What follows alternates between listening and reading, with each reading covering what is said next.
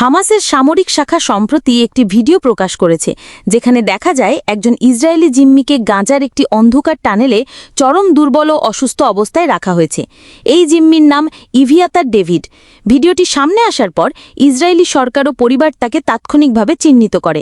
ভিডিওটি ধারণ করা হয়েছে গাজার একটি গোপন টানেলে, যেখানে ধারণা করা হচ্ছে বহু জিম্মিকে আটক করে রাখা হয়েছে। হামাস এই ভিডিও কেন প্রকাশ করেছে তা নিয়ে চলছে আলোচনা। কেউ বলছে এটি বন্দি বিনিময়ের চাপ তৈরির কৌশল, আবার কেউ বলছে এটি আন্তর্জাতিক সহানুভূতি আদায়ের প্রচেষ্টা। ইসরায়েলি সরকার একে মানবাধিকার লঙ্ঘনের জঘন্য উদাহরণ বলে উল্লেখ করেছে এবং এর কড়া জবাব দেওয়ার ঘোষণা দিয়েছে। পরবর্তী নিউজ আপডেটে আমার চ্যানেলটিকে সাবস্ক্রাইব করে পাশে থাকুন। প্রশ্ন হচ্ছে, হামাস কেন এই ভিডিও প্রকাশ করলো? হামাস যেমন ইসরায়েলের অনেক নাগরিকদের বন্দী করে রাখছে, তেমন ইসরায়েলও অনেক ফিলিস্তিনদেরকে বন্দী করে রাখছে।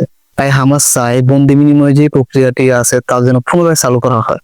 এছাড়া ইসরায়েলের অভ্যন্তরে সাধারণ মানুষের নেতানিয়াহু প্রশাসনের উপরে চাপ বৃদ্ধি করার জন্য এবং সাধারণ মানুষের মনে ভয়ভীতি তৈরি করার জন্য মূলত এই ভিডিও প্রকাশ করা হয়।